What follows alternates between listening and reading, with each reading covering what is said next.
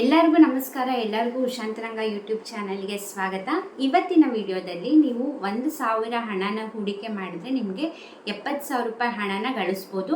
ಇದು ಯಾವ ಸ್ಕೀಮು, ಎಲ್ಲಿ ಹೂಡಿಕೆ ಮಾಡಬೇಕು, ಏನೆಲ್ಲ ಡಾಕ್ಯುಮೆಂಟ್ಸ್ ಬೇಕು, ಎಷ್ಟು ವರ್ಷ ಕಟ್ಟಬೇಕು, ಪ್ರತಿಯೊಂದು ಕೂಡ ನಿಮಗೆ ಮಾಹಿತಿನ ಕೊಡ್ತೀನಿ. ಹಾಗೆ ಮೆಚುರಿಟಿ ಅಮೌಂಟ್ ಎಷ್ಟು ಬರುತ್ತೆ, ಅದು ಬಿಟ್ಟು ಬೇರೆ ಹಣ ಡಬಲ್ ಮಾಡೋದು ಹೇಗೆ, ಪ್ರತಿಯೊಂದು ಕೂಡ ನಾನು ಈ ವಿಡಿಯೋದಲ್ಲಿ ತಿಳಿಸ್ಕೊಡ್ತೀನಿ. ಪ್ಲೀಸ್ ವಿಡಿಯೋನ ಸ್ಕಿಪ್ ಮಾಡ್ದಲೆ ಬಿಗಿನಿಂಗಿಂದ ಎಂಡ್ವರೆಗೂ ವಿಡಿಯೋನ ಪೂರ್ತಿಯಾಗಿ ನೋಡಿ. ಯಾರೆಲ್ಲ ಫಸ್ಟ್ ಟೈಮ್ ಚಾನಲ್ ನೋಡ್ತಾ ಇದ್ದೀರಾ, ನನ್ನ ಹೆಸರು ಉಷಾ ಅಂತ. ಉಷಾಂತರಂಗ ಯೂಟ್ಯೂಬ್ ಚಾನಲ್ನ ಸಬ್ಸ್ಕ್ರೈಬ್ ಮಾಡ್ಕೊಳ್ಳಿ. ಹಾಗೆ ಪಕ್ಕದಲ್ಲಿರೋ ಬೆಲ್ಲೈಕನ್ನ ಕ್ಲಿಕ್ ಮಾಡಿ. ಆವಾಗ ನಿಮಗೆ ಯಾವುದೇ ಹೊಸ ವೀಡಿಯೋ ಹಾಕಿದ ಕೂಡಲೇ ನೋಟಿಫಿಕೇಷನ್ ಬರುತ್ತೆ. ವಿಡಿಯೋನ ಮಿಸ್ ಮಾಡ್ದರೆ ನೀವೆಲ್ಲರೂ ನೋಡ್ಬೋದು. ಹಾಗೆ ನನ್ನ ಚಾನಲಲ್ಲಿ ಬರೋ ವೀಡಿಯೋಸ್ ಆಗಲಿ ಅಥವಾ ಈ ವಿಡಿಯೋಸ್ ಎಲ್ಲ ಇಷ್ಟ ಆದರೆ ಪ್ಲೀಸ್ ಲೈಕ್ ಮಾಡೋದನ್ನ ಮರಿಬೇಡಿ. ನಿಮ್ಮ ಫ್ರೆಂಡ್ಸ್, ಫ್ಯಾಮಿಲಿ, ವಾಟ್ಸಪ್ ಗ್ರೂಪ್ ಪ್ರತಿಯೊಬ್ಬರಿಗೂ ಶೇರ್ ಮಾಡಿ. ಯಾಕಂದರೆ ಇದು ತುಂಬ ಎಲ್ಲರಿಗೂ ಹೆಲ್ಪ್ ಆಗುತ್ತೆ. ಇಂಥವರೇ ಮಾಡಬೇಕು, ಅಂಥವರೇ ಮಾಡಬೇಕು, ಮತ್ತು ಇಷ್ಟೇ ಕಟ್ಟಬೇಕು ಅನ್ನೋದು ಏನೂ ರೂಲ್ಸ್ ಇಲ್ಲ. ಸೊ ಹಾಗಾಗಿ ಎಲ್ಲರೂ ಕೂಡ ಇದರ ಉಪಯೋಗನ ಪಡ್ಕೋಬೋದು. ಬನ್ನಿ ವಿಡಿಯೋನ ಸ್ಟಾರ್ಟ್ ಮಾಡೋಣ. ಇವಾಗ ನಾನು ನಿಮ್ಗೆ ಏನು ಹೇಳಿದೆ, ನೀವು ಪ್ರತಿ ತಿಂಗಳು 1,000 ರೂಪಾಯಿನ ಕಟ್ತೀರಾ ಅಂತಂದರೆ 70,000 ರೂಪಾಯಿ ಸಿಗುತ್ತೆ ಅಂತ. ಈ ಸ್ಕೀಮ್ ಬಂದು ಪೋಸ್ಟ್ ಆಫೀಸ್ ಸ್ಕೀಮು. ನೀವೆಲ್ಲ ಅನ್ಕೋಬೋದು ಪೋಸ್ಟ್ ಆಫೀಸ್ ಸ್ಕೀಮ್ ಅಂತಂದರೆ ರಿಸ್ಕ್ ಫ್ರೀ ಅಂತಲೇ ಅನ್ಕೋಬೋದು. ಯಾಕಂದರೆ ಪೋಸ್ಟ್ ಆಫೀಸಲ್ಲಿ ನಾವು ಇನ್ವೆಸ್ಟ್ ಮಾಡಿದಷ್ಟು ಸೇಫಾಗಿ ಇನ್ನೆಲ್ಲೂ ಇರೋದಿಲ್ಲ ಅಂತಲೇ ಅನ್ಬೋದು. ಹೊರಗಡೆ ಶೇರ್ಸ್ಗಾಗಿರ್ಬೋದು ಅಥವಾ ಬೇರೆ ಕಡೆ ಇನ್ವೆಸ್ಟ್ ಮಾಡೋ ಬದಲು ಪೋಸ್ಟ್ ಆಫೀಸಲ್ಲಿ ಇನ್ವೆಸ್ಟ್ ಮಾಡೋದು ತುಂಬಾ ಬೆಸ್ಟ್ ಸ್ಕೀಮ್ಸ್ ಇರ್ತಾವಲ್ಲಿ. ತುಂಬಾ ಸೇಫಾಗಿ, ರಿಸ್ಕ್ ಫ್ರೀ ಆಗಿ, ಆರಾಮಾಗಿ. ಹಾಗೆ ಕೆಲವು ಸ್ಕೀಮ್ಸಲ್ಲಿ ಟ್ಯಾಕ್ಸ್ ರಿಡಕ್ಷನ್ಸ್ ಕೂಡ ಇರುತ್ತೆ. ಸೊ ಹಾಗಾಗಿ ಆರಾಮಾಗಿ ನಾವಲ್ಲಿ ಇನ್ವೆಸ್ಟ್ನ ಮಾಡ್ಬೋದು. ನಾನು ಇವಾಗ ಹೇಳ್ತಿರೋ ಸ್ಕೀಮ್ ಬಂದು RD ಸ್ಕೀಮ್, ಅಂದರೆ post office recurring deposit scheme ಅಂದ್ಬಿಟ್ಟು. ಇದ್ರ ಬಗ್ಗೆ ನಿಮಗೆ ಸಾಕಷ್ಟು ಗೊತ್ತಿರುತ್ತೆ. ಈ ಸ್ಕೀಮಲ್ಲಿ ಏನಪ್ಪ ಅಂತಂದರೆ, ನೀವೇನಾರ ಸಪೋಸ್ ಪ್ರತಿ ತಿಂಗಳು 1,000 ರೂಪಾಯಿನ ಕಟ್ತೀನಿ ಅಂತ ಚೂಸ್ ಮಾಡಿದ್ರೆ ನೀವು ಇದನ್ನು 5 ವರ್ಷ ಕಟ್ಟಬೇಕಾಗತ್ತೆ. 5 ವರ್ಷ ಅಂತಂದರೆ 60 ತಿಂಗಳು ಕಟ್ಟಬೇಕಾಗತ್ತೆ. ನೀವು ಪ್ರತಿ ತಿಂಗಳು 1,000 ರೂಪಾಯಿ ಕಟ್ತೀರಾ ಅಂದರೆ 60,000 ರೂಪಾಯಿ ಆಗುತ್ತೆ. ಇದ್ರ ರೇಟ್ ಆಫ್ ಇಂಟ್ರೆಸ್ಟ್ ಬಂದು 6.5% ಬರುತ್ತೆ. ಇದು 2024ಅಲ್ಲಿ ಚೇಂಜ್ ಮಾಡಿದ್ದಾರೆ, ಅಂದರೆ ಚೇಂಜ್ ಆಗ್ತಾ ಇರುತ್ತೆ. ಸೊ ಹಾಗಾಗಿ ಈ ವರ್ಷ ಬಂದು ನಿಮಗೆ 6.5 ರೇಟ್ ಆಫ್ ಇಂಟ್ರೆಸ್ಟ್ ಬರುತ್ತೆ. ಸೊ ನಿಮಗೆ ಮೆಚುರಿಟಿ ಅಮೌಂಟ್ ಬಂದು 70,989 ಮೆಚುರಿಟಿ ಅಮೌಂಟ್ ಬರುತ್ತೆ. ಹಾಗೆ ನೀವು 1,000 ರೂಪಾಯಿ ಕಟ್ಟಬೇಕು ಅಂತ ಇಲ್ಲ. ನೀವು 100 ರೂಪಾಯಿ ಆದರೂ ಕಟ್ಬೋದು, 500 ರೂಪಾಯಿ ಬೇಕಾದ್ರೆ ಕಟ್ಬೋದು, ಅಥವಾ 1,000 ರೂಪಾಯಿ ಇನ್ನೂ ಜಾಸ್ತಿ ಕಟ್ತೀವಿ ಅಂದರೆ ನೀವು ಖಂಡಿತವಾಗ್ಲೂ ಜಾಸ್ತಿ ಕೂಡ ಕಟ್ಬೋದು, ನಿಮ್ಮ ಕನ್ವೀನಿಯೆಂಟ್. ಯಾಕಂದರೆ ಈಗ ಎಲ್ಲೆಲ್ಲೋ ಇನ್ವೆಸ್ಟ್ ಮಾಡೋ ಬದಲು ಈಗ 500 ರೂಪಾಯಿಗೆ ಎಲ್ಲೆಲ್ಲೋ ಖರ್ಚು ಮಾಡ್ತೀವಿ, ಅದ್ರ ಬದಲು ಪ್ರತಿ ತಿಂಗಳು ಅಲ್ಲಿ ಕಟ್ಟಿದ್ರೆ ನಿಮಗೆ 5 ಇಯರ್ಸ್ ಆದಮೇಲೆ ಒಂದು ಲಾರ್ಜ್ ಅಮೌಂಟೇ ಬರುತ್ತಲ್ಲ. ಸೊ ಹಾಗಾಗಿ ಎಜುಕೇಷನ್ಗಾಗಿರ್ಬೋದು, ಅಥವಾ ನಮಗೆ ಏನಾರು ತೊಗೊಳಕ್ಕಾಗಿರ್ಬೋದು, ಮಕ್ಕಳಿಗಾಗಿರ್ಬೋದು, ಅಥವಾ ಎಲ್ಲರೂ ಹೊರಗೆ ಹೋಗೋದಕ್ಕಾಗಿರ್ಬೋದು, ಯಾವುದಕ್ಕೆ ಬೇಕಾದ್ರೂ ಕೂಡ ಯೂಸ್ ಮಾಡ್ಬೋದು. ಹಾಗೆ ನಾನು ಹೇಳ್ದಂಗೆ ಇದು 5 ವರ್ಷ ಕಟ್ಟಬೇಕಾಗತ್ತೆ. ಅಕಸ್ಮಾತ್ ನಿಮ್ಗೇನಾದರೂ ಕಟ್ಟೋಕ್ಕಾಗಲಿಲ್ಲ ಅಂದರೆ, ಸ್ಟಾರ್ಟ್ ಮಾಡಿರ್ತೀರ ಕಟ್ಟೋಕ್ಕೆ, ಮಧ್ಯದಲ್ಲಿ ಕಟ್ಟೋಕ್ಕಾಗಲ್ಲ, ನಾವು ಅಮೌಂಟು ಬಿಡಿಸ್ಕೋಬೇಕು ಅಂತಂದರೆ ಮಿನಿಮಮ್ 3 ಇಯರ್ಸ್ ಆದರೂ ಕಂಪ್ಲೀಟ್ ಆಗಿರಬೇಕಂದ್ರೆ, ನೀವು ಸ್ಟಾರ್ಟ್ ಮಾಡಿ 3 ವರ್ಷ ಆಗಿದ್ದರೆ ನೀವು RDನ ಏನು ಕಟ್ತಾ ಇದ್ರೆ ಅದನ್ನ ಕ್ಯಾನ್ಸಲ್ ಮಾಡಿ ತೆಗಿಬೋದು.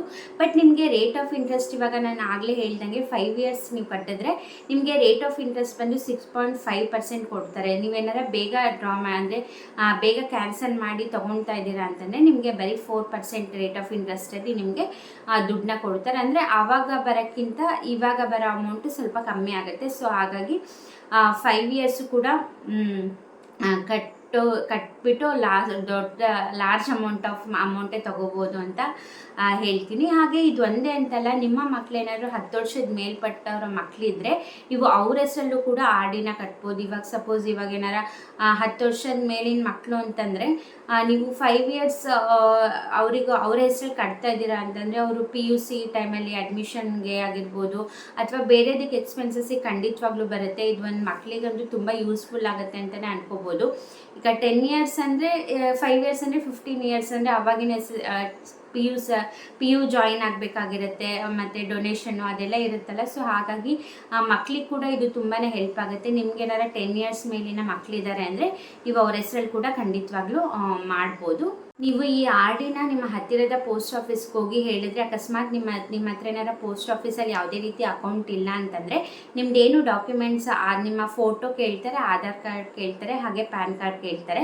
ಇವು 3 ಡಾಕ್ಯುಮೆಂಟ್ಸ್ ಕೊಟ್ಟು ನೀವು ಈಸಿಯಾಗಿ ಅಲ್ಲಿ ನಿಮ್ಮ ಅಕೌಂಟ್ನ ಕ್ರಿಯೇಟ್ ಮಾಡಿಕೊಂಡು ಪ್ರತಿ ತಿಂಗಳು ಕೂಡ ಆರ್.ಡಿನ ಕಟ್ಬೋದು. ಮತ್ತು ಅಲ್ಲಿ ಆಪ್ಷನ್ಸ್ ಕೂಡ ಕೊಡ್ತಾರೆ. ನೀವು ಪ್ರತಿ ತಿಂಗಳು ಆರ್.ಡಿನ ಯಾವ ಡೇಟಲ್ಲಿ ಕಟ್ತೀರಾ ಅಂದರೆ 1ನೇ ತಾರೀಕಿಂದ 15ನೇ ತಾರೀಕುವರೆಗೂ ಒಂದು ಪೀರಿಯಡ್ ಕೊಡ್ತಾರೆ. ನೆಕ್ಸ್ಟ್ 15ಇಂದ 30ನೇ ತಾರೀಕುವರೆಗೂ ಒಂದು ಡೇಟ್ನ ಕೊಡ್ತಾರೆ. ಸೊ ನಿಮಗೆ ಇವೆರಡಲ್ಲಿ ಯಾವ್ದು ಬೇಕಾದ್ರೆ ಅದು ಸೆಲೆಕ್ಟ್ ಮಾಡ್ಬೋದು.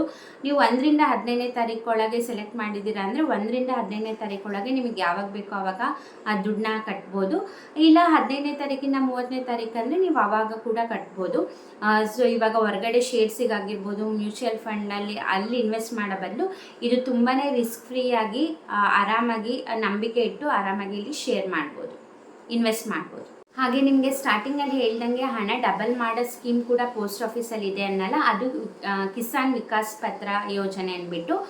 ಇದೇನಪ್ಪ ಅಂತಂದರೆ ನಿಮಗೆ ಇದು ಆರ್.ಡಿ ಥರ ಪ್ರತಿ ತಿಂಗಳು ಕಟ್ಟೋದಿರೋದಿಲ್ಲ. ಇವಾಗ ಏನಾರ ನೀವು ಲಾರ್ಜ್ ಅಮೌಂಟ್ ಅಂದರೆ ಇವಾಗ ಸಪೋಸ್ 1 ಲಕ್ಷ ಇನ್ವೆಸ್ಟ್ ಮಾಡಿದ್ದೀರಾ ಅಂತಂದರೆ ನಿಮ್ಮ ಟೆನ್ಯೂರ್ ಪೀರಿಯಡ್ ಮುಗಿದಾಗ ನಿಮಗೆ 2 ಲಕ್ಷ ಬರುತ್ತೆ. ಸೊ 2 ಲಕ್ಷ ಇನ್ವೆಸ್ಟ್ ಮಾಡಿದ್ದೀರಾ ಅಂದರೆ 4 ಲಕ್ಷ ಬರುತ್ತೆ. ಹಾಗೆ ಇದು ಒಂದೇ ಸತಿ ಇನ್ವೆಸ್ಟ್ ಮಾಡೋ ಅಂಥದ್ದು. ಇದರ ರೇಟ್ ಆಫ್ ಇಂಟ್ರೆಸ್ಟ್ ಬಂದು ನಿಮಗೆ 7.5% ರೇಟ್ ಆಫ್ ಇಂಟ್ರೆಸ್ಟ್ ಇರುತ್ತೆ. ಇದನ್ನು ನೀವು ಎಷ್ಟು ಡೆಪಾಸಿಟ್ ಮಾಡಬೇಕು ಅನ್ನೋದು ತುಂಬಾ ಇಂಪಾರ್ಟೆಂಟು. ಈ ಸ್ಕೀಮಲ್ಲಿ ನೀವು 9 ಇಯರ್ಸ್ 7 ಮಂತ್ಸ್ ಆ ಅಮೌಂಟ್ನ ಇನ್ವೆಸ್ಟ್ ಮಾಡಬೇಕಾಗುತ್ತೆ. ಇದು ತುಂಬ ಲಾಂಗ್ ಟರ್ಮ್ ಆಯಿತು.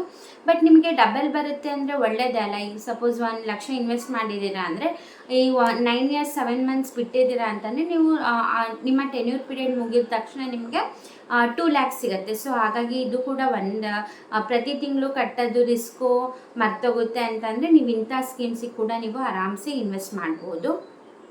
ನಿಮಗೆ ಇದ್ರ ಬಗ್ಗೆ ಇನ್ನೂ ಹೆಚ್ಚಿನ ಮಾಹಿತಿ ಬೇಕು ಅಂದರೆ ಅಥವಾ ಆರ್.ಡಿ ರೆಕರಿಂಗ್ ಡೆಪಾಸಿಟ್ದಾಗಿರ್ಬೋದು ಅಥವಾ ಕಿಸಾನ್ ವಿಕಾಸ್ ಪತ್ರ ಯೋಜನೆ ಅಂತ ಏನು ಹೇಳಿದೆ, ಇದ್ರ ಬಗ್ಗೆ ಇನ್ನೂ ಹೆಚ್ಚಿನ ಮಾಹಿತಿ ಬೇಕು ಅಂದರೆ ನೀವು ನಿಮ್ಮ ಹತ್ತಿರದ ಪೋಸ್ಟ್ ಆಫೀಸ್ಗೆ ಹೋಗಿ ಈ ಥರ ಹೆಸರು ಹೇಳಿದ್ರೆ ಖಂಡಿತವಾಗ್ಲೂ ಅವ್ರು ನಿಮಗೆ ಇನ್ನೂ ಹೆಚ್ಚಿನ ಇನ್ಫಾರ್ಮೇಷನ್ನ ಕೊಡ್ತಾರೆ. ಹಾಗೆ ನಾನು ಆಲ್ರೆಡಿ ಪೋಸ್ಟ್ ಆಫೀಸ್ಗೆ ಸಂಬಂಧಪಟ್ಟಂಗೆ ತುಂಬ ಆಲ್ರೆಡಿ ಸ್ಕೀಮ್ಸ್ನ ಆಗಿರ್ಬೋದು ಅಥವಾ ಇವಾಗ 2024ಅಲ್ಲಿ ಚೇಂಜ್ ಆಗಿರುವಂತಹ ರೇಟ್ ಆಫ್ ಇಂಟ್ರೆಸ್ಟ್ ಅದ್ರ ಬಗ್ಗೆ ಎಲ್ಲ ನಾನು ಮಾಹಿತಿನ ಕೊಟ್ಟಿದ್ದೀನಿ. ನೀವು ನನ್ನ ಚಾನಲ್ ಹೋಗಿ ಪ್ಲೇಲಿಸ್ಟ್ ಅನ್ನೋ ಆಪ್ಷನ್ಗೆ ಹೋದರೆ ಅಲ್ಲಿ ನಿಮಗೆ ಪೋಸ್ಟ್ ಆಫೀಸ್ ಅಂತ ಆಪ್ಷನ್ ಕಾಣುತ್ತೆ. ಅಲ್ಲಿ ನೀವು ಆ ಫೋಲ್ಡರ್ ಓಪನ್ ಮಾಡಿದ್ರೆ ನಿಮಗೆ ನಾನು ಪೋಸ್ಟ್ ಆಫೀಸ್ ಬಗ್ಗೆ ಏನೇನೆಲ್ಲ ವಿಡಿಯೋ ಮಾಡಿದ್ದೀನಿ ಪ್ರತಿಯೊಂದು ಕೂಡ ನೀವು ನೋಡ್ಬೋದು. ನಿಮಗೆ ಇಂಟ್ರೆಸ್ಟ್ ಇತ್ತು, ಟೈಮ್ ಇತ್ತು ಅಂತಂದರೆ ನೀವು ಖಂಡಿತವಾಗ್ಲೂ ಆ ವೀಡಿಯೋಸ್ನ ನೋಡಿ ಖಂಡಿತವಾಗ್ಲೂ ನಿಮಗೆ ಅದು ಹೆಲ್ಪ್ ಆಗುತ್ತೆ. ನಿಮಗೆ ಇದೇ ಥರ ಪೋಸ್ಟ್ ಆಫೀಸ್ ಬಗ್ಗೆನೂ ಕೂಡ ಸ್ಕೀಮ್ಸ್ಗಳ ಬಗ್ಗೆ ಬೇಕು ಅಂದರೆ ನನಗೆ ಕಮೆಂಟ್ ಸೆಕ್ಷನಲ್ಲಿ ತಿಳಿಸಿ. ಖಂಡಿತವಾಗ್ಲೂ ಪ್ರತಿಯೊಂದನ್ನು ಕೂಡ ಸಪ್ರೇಟ್ ವಿಡಿಯೋ ಮಾಡಿ ತಿಳಿಸ್ಕೊಡ್ತೀನಿ.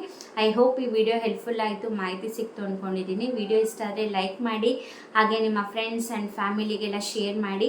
ಸಬ್ಸ್ಕ್ರೈಬ್ ಮಾಡ್ದಲ್ಲೇ ನೋಡ್ತಿದ್ರೆ ಪ್ಲೀಸ್ ಸಬ್ಸ್ಕ್ರೈಬ್ ಮಾಡಿ. ಹೀಗೆ ಸಪೋರ್ಟ್ ಮಾಡ್ತೀರಿ, ಹೀಗೆ ಎನ್ಕರೇಜ್ ಮಾಡ್ತೀರಿ. ಏನೇ ಗೌರ್ಮೆಂಟ್ ಸ್ಕೀಮ್ಸ್ ಆಗಿರ್ಬೋದು, ಏನೇ ಹೊಸ ಅಪ್ಡೇಟ್ಸ್ ಆಗಿರ್ಬೋದು ಅಥವಾ ಹೊಸ ಪೋಸ್ಟ್ ಆಫೀಸ್ ಸ್ಕೀಮ್ಸ್ ಬಗ್ಗೆ ಆಗಿರ್ಬೋದು, ಖಂಡಿತವಾಗ್ಲೂ ನೀವು ನನ್ನ ಚಾನಲಲ್ಲಿ ಯಾವಾಗ ಬೇಕಾದ್ರೂ ವೀಡಿಯೋಸ್ನ ನೋಡ್ಬೋದು.